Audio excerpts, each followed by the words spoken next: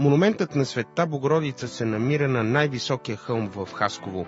Заедно с постамента си той е висок над 31 метра и е вписан в книгата на рекордите на Гинес. 2003 година монументът е открит с чести почет към Божията майка, която е закрилница на града от стотици години.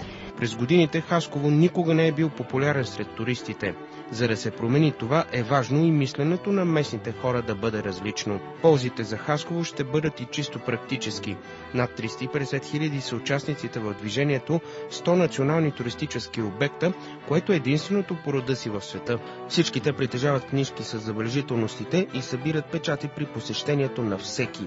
Хасково може да очаква един сериозен поток от организирани туристи, предимно млади хора, ученици, които проявяват огромен интерес към това колекционерство на печати, които така събират и доказват, че са обиколили България и са опознали.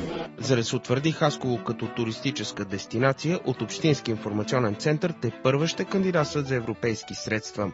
Градът ще бъде включен и в общи маршрути, заедно с Перперикон и Златоград.